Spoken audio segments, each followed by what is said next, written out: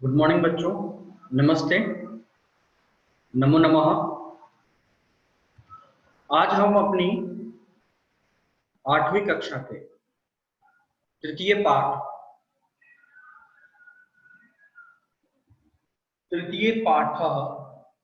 DG Bharatam digital India के बारे में पढ़ेंगे। आज 27/7/20। तो डिजिटल इंडिया क्या है? डिजिटल इंडिया के बारे में कुछ दिन पहले, कुछ वर्ष या कुछ दिन ऐसे कह सकते हैं, मोदी जी ने डिजिटल इंडिया का लॉन्च किया था। ठीक है, डिजिटल इंडिया एक प्लेटफॉर्म तैयार हुई और आजकल हम डिजिटल इंडिया के माध्यम से हर कार्य कर रहे हैं, चाहे शॉपिंग हो, चाहे पढ़ाई हो, चाहे कोई भी कार्य, बिजली का बिल पे करना हो या सब्जी खरीदनी हो या टिकट्स बुक करने हो या कोई भी कार्य, हम सब आजकल डिजिटल इंडिया के माध्यम से ही कर रहे हैं। तो हमारी 8th क्लास में 3rd चैप्टर है डिजिटल इंडिया तृतीय पाठ, उसका आज हम पार्ट 1 देखेंगे। तो हम पहले टेक्स्ट बुक आप लोग निकाल लेंगे और हम टेक्स्ट बुक को पहले देखते हैं।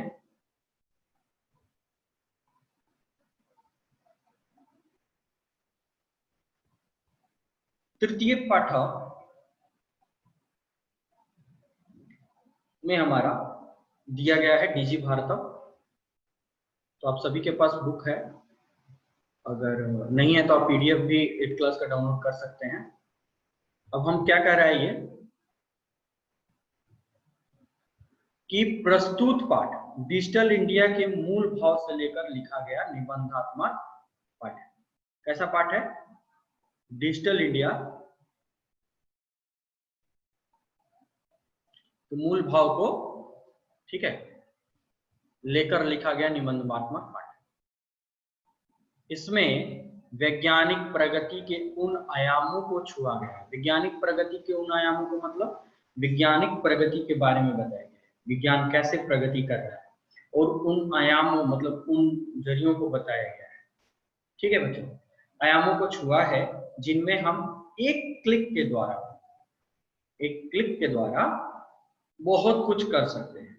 आज इंटरनेट ने हमारे जीवन को कितना सरल बना दिया, ये तो आप सभी जानते हैं। कुछ भी हमें सर्च करना होता है, हम इंटरनेट पे सर्च कर लेते हैं और बहुत सारी सुविधाएं जो हैं हमारी इंटरनेट पे उपलब्ध है। कितना सरल बना दिया है, हम भौगोलिक दृष्टि से एक दूसरे से अत्यंत निकट आ गए। ठीक है, और इसके द्वारा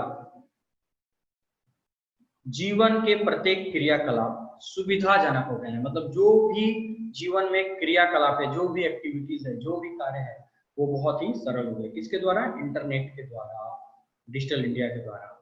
ऐसे ही भावों का यहाँ सरल संस्कृत में व्यक्त किया गया है और ऐसे ही भावों को हम सरल संस्कृत में यहाँ पे व्यक्त किया गया। तो अब ये आता है हमारा पाठ। ठीक है, तो हम पाठ के एक पैराग्राफ को पढ़ेंगे और साथ ही साथ इसके हिंदी अर्थ को भी देखेंगे। ठीक है बच्चों, उसके पहले इसके हम थोड़ा योग्यता विस्तार को देखते हैं। योग्यता विस्तार को देखते हैं, जिससे हमें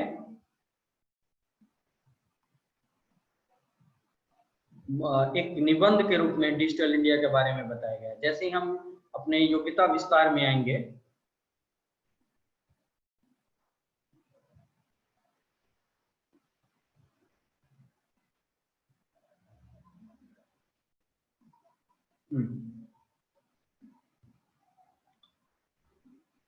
तो चैप्टर के अंत में योग्यता विस्तार दिया गया है, जैसा कि मैंने स्क्रॉल करके भी दिखा दिया आपको। तो इंटरनेट का ज्ञान, इंटरनेट एक निबंध दिया गया है। ज्ञान का महत्वपूर्ण स्रोत है, यानी कि सोर्स है, एक अच्छा सोर्स है किसका? ज्ञान। इंटरनेट के माध्यम से किसी भी भविष्य की जानकारी सरलता पूर्वक मिल सकती है। किसी भी चीज की जानकारी हमें सरलता पूर्वक इजिली हमें मिल सकती है। सिर्फ एक क्लिक के द्वारा ज्ञान के विभिन्न आयामों को छुआ जा सकता है। यह ज्ञान का सागर है, सागर यानी कि समुद्र, जिसमें बैक्टीरिया जैसे सूक्ष्म जीवाणु से लेकर ब्लैक होल तक और राजनीति से लेकर व्यापार तक, यानी बैक्टीरिया के बारे में, बैक्टीरिया जैसे सूक्ष्म जीवाणु मतलब बैक्टीरिया जैसे चीजों के बारे में भी, ठीक है, और ब्लैक होल तक के बारे में मतलब ब्लैक होल तक के बारे में भी, और राजनीति यानी पॉलिटिक्स के बारे में भी, व्यापार यानी बिजनेस का, अंतरराष्ट्रीय संबंधों इंटरनेशनल अफेयर्स से लेकर वैज्ञानिक चरमोत्कर्ष और विज्ञान ने क्या क्या प्रगति की है उसकी भी हम सूचना प्राप्त कर सकते हैं। सामान्यतः यानी जनरली कहा जाए तो हमें किसी भी जानकारी के लिए पुस्तकालय तक जाने की आवश्यकता नहीं है। इवन हमें बुक्स पढ़ने के लिए हमें कोई भी पुस्तकालय जाने की जरूरत नहीं है, हमारे सारे इंटरनेट पे हमारे बुक्स भी अवेलेबल है, पर अब हम घर बैठे उसे प्राप्त कर सकते हैं। यह एक सामाजिक प्लेटफॉर्म है, यह एक सोशल प्लेटफॉर्म भी है, जहां हम दुनिया के किसी भी कोने में बैठे किसी भी विषय पर विचार विमर्श भी कर सकते हैं, मतलब इस पे हम डिस्कस भी कर सकते हैं और इस पे विचार विमर्श भी कर सकते हैं। इस पर ईमेल की सुविधा है, वीडियो कॉलिंग आदि आसानी से उपलब्ध है, ऑनलाइन और दूरस्थ शिक्षा, ऑनलाइन डिस्टेंस एजुकेशन, तो आजकल तो हम वही कर रहे हैं, ठीक है, ऑनलाइन डिस्टेंस एजुकेशन के माध्यम से घर पे बैठे अपना पाठ्यक्रम जो है, हमारा करिकुलम जो है, हमारा सिलेबस जो है पूरा कर सकते हैं। यह मनोरंजन का भी मुक्त साधन है, इसमें मनोरंजन भी है और इसकी नेविगेशन फैसिलिटी भी है जो हमें एक स्थान से दूसरे स्थान पर पहुंचाने में सक्षम है। तो हमें अगर किसी जगह हम फंस जाते हैं, हमें नहीं पता होता है, तो हम मैप्स खोलते हैं और तुरंत हम मैप्स के माध्यम से नेविगेट करके हम पहुंच जाते हैं वहां पे, ठीक है, और इसकी कभी छुट्टी नहीं होती है, यह हमें 24/7 मतलब हमेशा 7 दिन उपलब्ध है, ठीक है। और अब आते हैं हम एक पार्ट पे और एक एक पैराग्राफ को देखते जाएंगे और एक एक पैराग्राफ का शब्दार्थ और हिंदी अर्थ भी देखेंगे।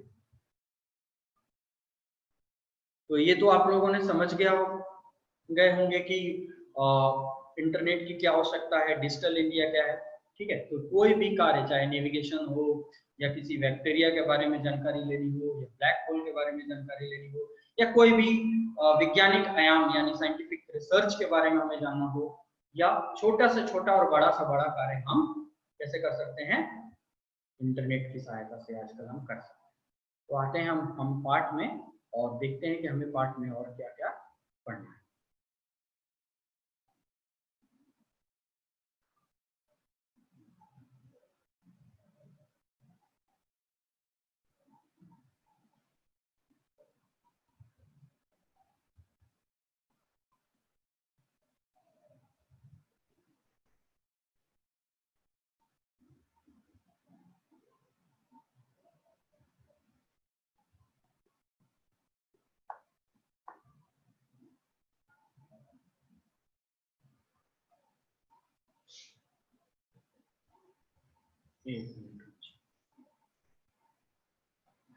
तो ये हम पाठ का इंट्रोडक्शन देख रहे हैं, ठीक है।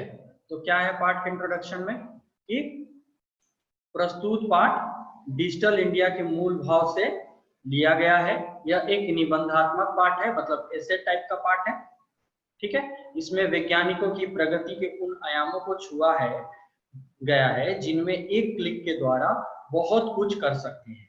आज इंटरनेट ने हमारे जीवन को कितना सरल बना दिया है। हम भौगोलिक दृष्टि से, ठीक है, द में नीचे यहाँ पे रेखी मात्रा है, भौगोलिक दृष्टि मतलब ज्योग्राफिकल दृष्टि से एक दूसरे से अत्यंत निकट भी आ सकते हैं। चाहे कोई अमेरिका में बैठा हो लेकिन हम इंटरनेट के माध्यम से उसे वीडियो कॉल कर सकते हैं, चाहे दुनिया के किसी भी कोने में हो, ठीक है, जहाँ तो हम इंटरनेट के माध्यम से सबसे जुड़ सकते हैं। इसके द्वारा जीवन के प्रत्येक क्रियाकलाप सुविधाजनक हो गए और ऐसे भावों को यहाँ सरल और संस्कृत में व्यक्त किया गया है। एक निबंध लिखा गया है, कैसे लिखा गया है, सरल और संस्कृत में, ठीक है। तो अब इसके हम पाठ के आते हैं, पाठ के शब्दार्थ और सरलार्थ पे, यानी पाठ में हमें क्या क्या शब्दार्थ और सरलार्थ दिए गए हैं।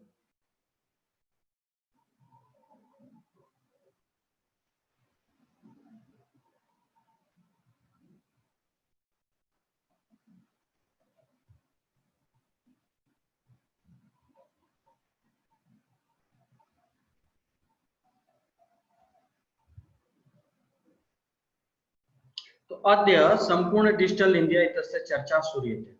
पहले पंक्ति में कह रहा है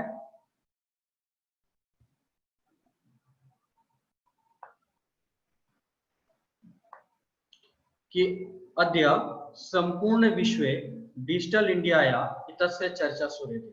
आज पूरे संपूर्ण विश्व में डिजिटल इंडिया की चर्चा हो रही है, सुनाई दे रही है। श्रूयते मतलब सुनाई दे रही है।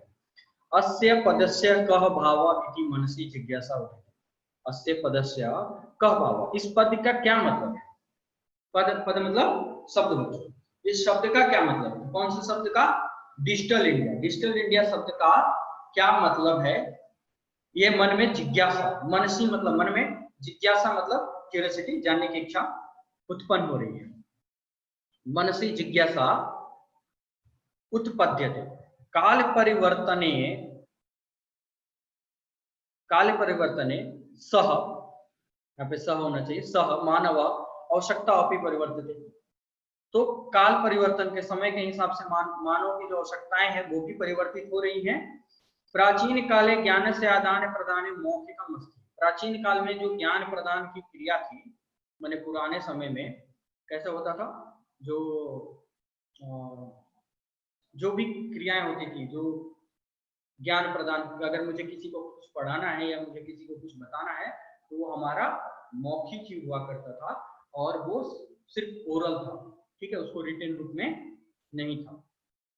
उसके बाद क्या कह रहा है? मौखिकम अस्ति विद्या च श्रुति परंपराया गृह्यते सम, यानी कि विद्या मौखिक था, कोई भी चीज का लेन देन, और विद्या की श्रुति परंपरा, सुनने की जो परंपरा थी, ठीक है, श्रुति परंपरा भी मौखिक की हुआ करती थी।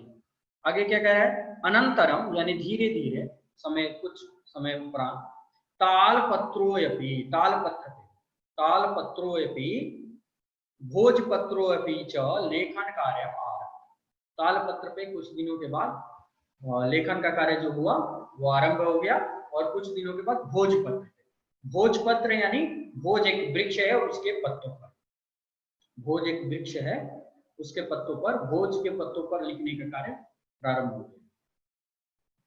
आप अपने पेरेंट्स से पूछेंगे तो वो आपको बताएंगे। भोज एक वृक्ष है और उसपे उसके पत्तों पर पहले लिखाई का कार्य होता था। उसके पहले किस पर होता था? ताम्र, ताड़ के पत्रों पे, ताल पत्र जिसे हम कहते हैं, ठीक है। भोजपत्र च लेखन कार्यम आरब्ध। परिवर्तनी काले, धीरे धीरे परिवर्तन पर, कागर्दया यानी कागज से भी,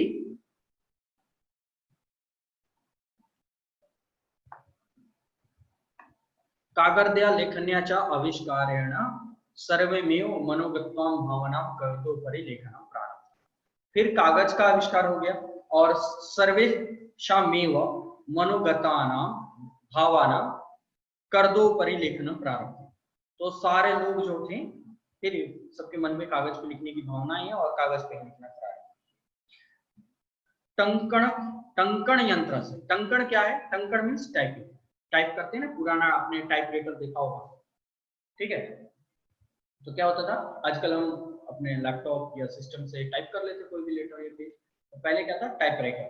तो टंकण यंत्र से, उसको हम क्या कहते थे? टंकण यंत्र।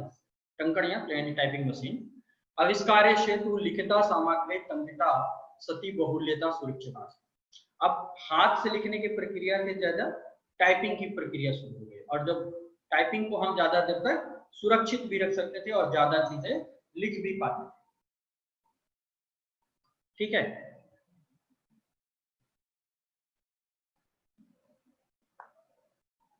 अब इसके शब्दार्थ पे हम आते हैं। तो इतस्य मतलब इसकी, श्रूयते मतलब सुनी जाती है, श्रूयते मतलब सुनी जाती है, पदस्य मतलब शब्द का, मनसी मतलब मन में, जिज्ञासा मतलब जानने की इच्छा, उत्पद्यते मतलब उत्पन्न या पैदा होती है, ठीक है बच्चों। उत्पद्यते यानी उत्पन्न या पैदा होती है। काल परिवर्तन यानी समय के बदलने से, काल परिवर्तन यानी समय के बदलने से, परिवर्तते बदलती है, आदाने प्रदानम यानी कि लेना देना, कोई चीज का आदान प्रदान हो, ठीक है। मौखिकम यानी मौखिक, टंकिता सती यानी कि छपी हुई, ठीक है। बहुलता यानी कि बहुत समय के लिए, और श्रुति परंपरा यानी सुनने की परंपरा से, श्रुति परंपरा यानी सुनने की परंपरा से। उसके बाद ग्राह्य सम या ग्रहण की जाती थी। अनंतरम, अनंतरम मतलब कुछ समय बाद, कुछ देर बाद, बाद में लेखन कार्यम यानी लिखने का काम, आरंभम, आरब्धम मीन्स प्रारंभ हुआ, प्रवर्तनी यानी बाद के, कगर्दस्य यानी कागज का या के, कागजों के प्रयोग होने लगे थे।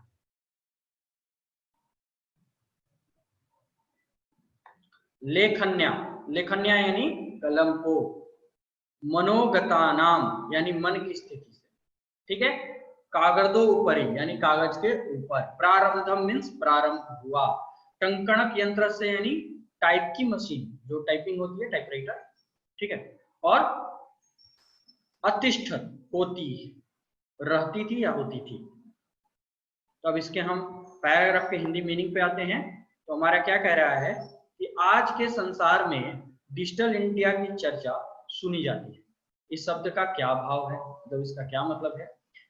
तो डिजिटल इंडिया की चर्चा पूरे विश्व में हो रही है, ठीक है।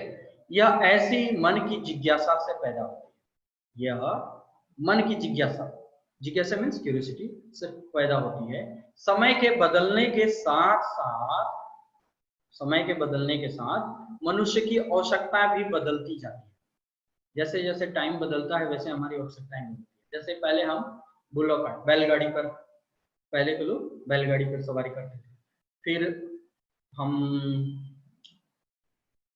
मोटर गाड़ियां आ गई, मोटर गाड़ियां से फिर लग्जरी कार्स, अलग अलग सुविधाएं, फिर उसमें से अलग अलग सुविधाएं आने लगी, और दिन प्रतिदिन उसमें तरक्की ही हो रहा है और सुधार ही हो रहा है। जिसकी जो आवश्यकता है वो उस हिसाब से बदल रही है। तो उसी तरह से समय के बदलने के साथ साथ आवश्यकताएं भी बदलती हैं। प्राचीन काल में ज्ञान का लेन देन मौखिक, मुंह से बोलकर होता था। पहले अध्यापक पढ़ाते थे और विद्यार्थी नीचे बैठकर विद्या अध्ययन करते थे। तो मुख से होता था, मुख से वो जितना ओरली पढ़ा दिए बच्चे ओरली याद कर लिए, और कोई भी टाइपिंग का कार्य नहीं होता था, कोई भी लिखाई का कार्य नहीं होता था। और विद्या श्रुति परंपरा थी, श्रुति मतलब सुनकर, मैंने सुनकर याद किया, मैं अपने शिष्यों को सुनकर याद कर रहा हूं, ठीक है। तो श्रुति परंपरा से ग्रहण किया। बाद में क्या हुआ,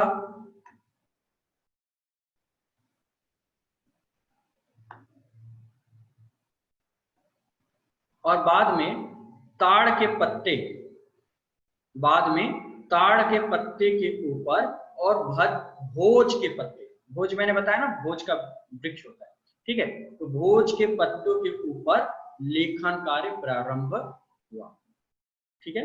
क्या हुआ, लेखन कार्य प्रारंभ हुआ।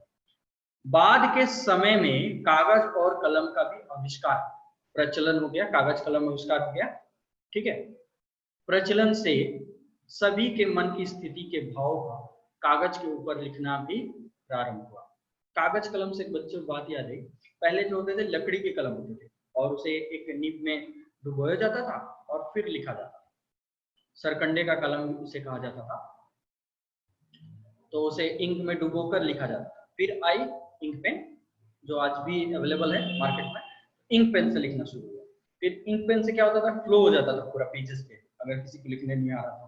तो फिर आया डॉट पेन, तो अभी हम डॉट पेन का यूज करते हैं, इंक पेन का भी यूज करते हैं, ठीक है। प्रचलन से क्या हुआ, कागज पे लिखना फिर प्रारंभ हो गया, लेखन कार्य प्रारंभ हुआ। बाद के समय में कागज और कलम का आविष्कार, प्रचलन से सभी के मन की स्थिति भावों को कागज पर लिखना प्रारंभ हुआ। मतलब सब कोई अपने अपने मन के भावों को इजिली टाइप कर पाता। टाइप मशीन यानी टाइपराइटर का आविष्कार, शुरुआत से तो लिखी हुई सामग्री, मैटर को टाइप होने में बहुत समय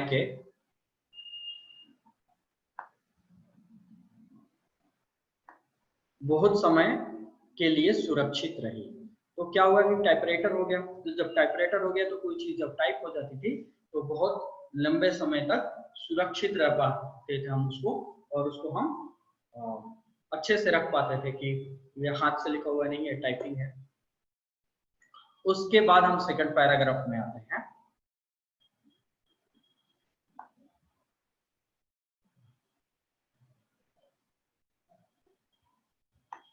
सेकंड पैराग्राफ, तो इसके पहले मैं एक बार फिर से फर्स्ट पैराग्राफ के बारे में बता दूं। फर्स्ट पैराग्राफ में हमने क्या सीखा कि डिजिटल इंडिया की चर्चा पूरे विश्व में हो रही है।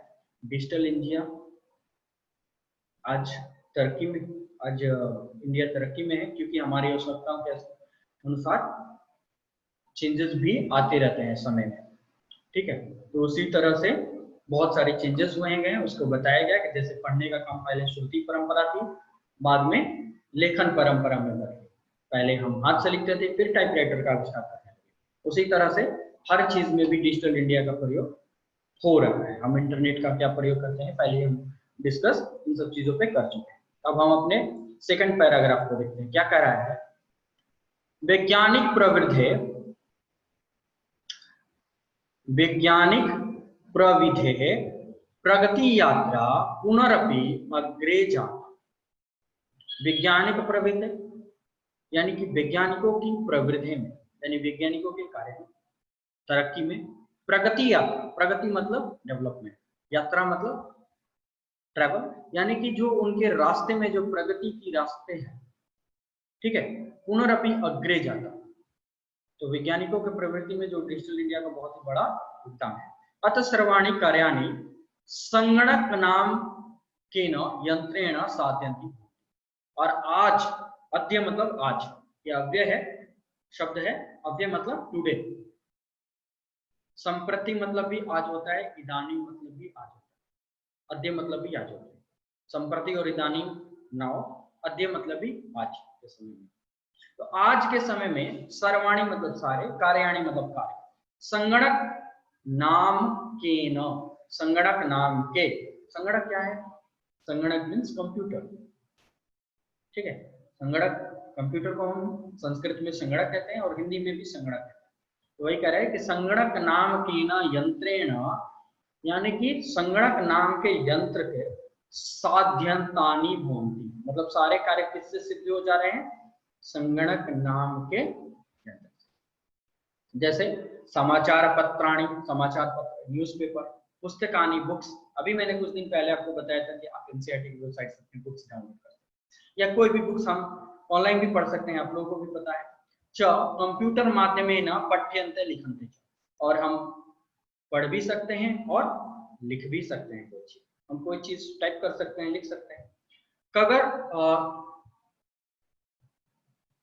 कर्ग उद्योग, करगद उद्योग यहाँ पे है, करगद उद्योग मतलब यहाँ पे बताया गया है कागज उद्योग।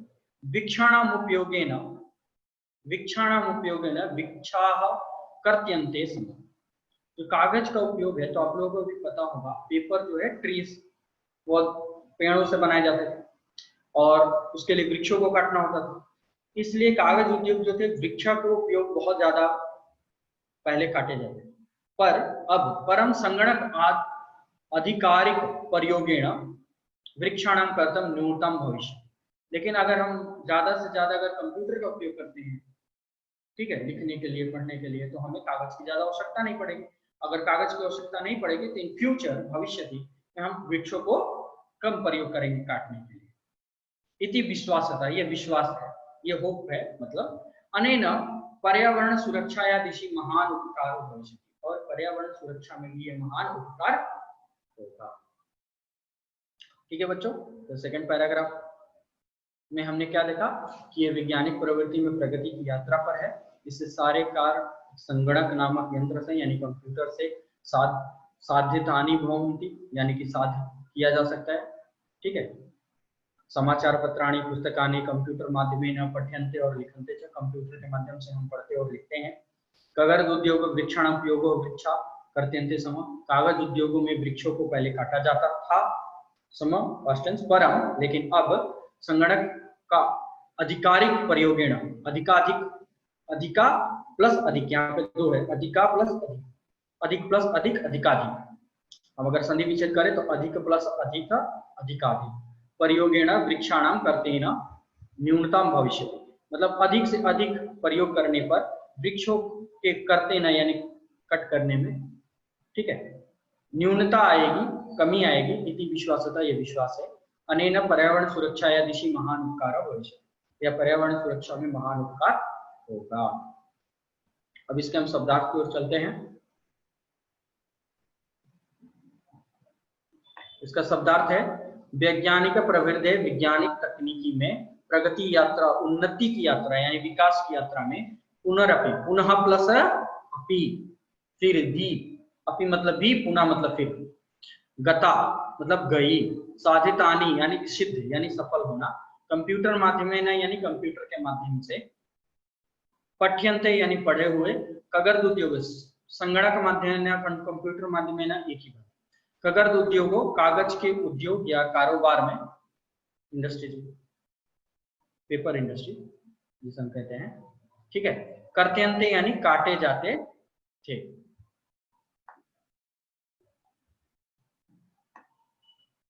ठीक है। कर्तने यानी कटाई में, न्यूनता यानी कमी, दिशि यानी दिशा। अब इसके आते हैं हम हिंदी सरलार्थ पे। तो कह रहा है वैज्ञानिक यानी कि विज्ञान संबंधी तकनीक यात्रा, तकनीक की यात्रा आगे गई, टेक्नोलॉजी में हम आगे बढ़ गए। आज सारे काम कंप्यूटर नामक यंत्र से सिद्ध होते हैं। समाचार पत्र, अखबार और पुस्तकें कंप्यूटर के माध्यम से पढ़ी और लिखी जाती है।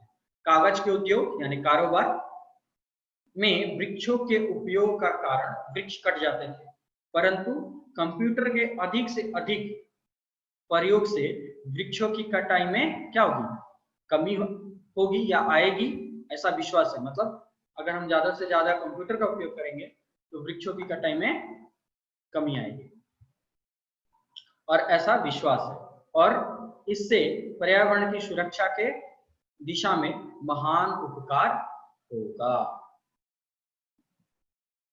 तो आज बच्चों हम लोगों ने डीजी भारतम, डिजिटल इंडिया के 2 पैराग्राफ्स को पढ़ा।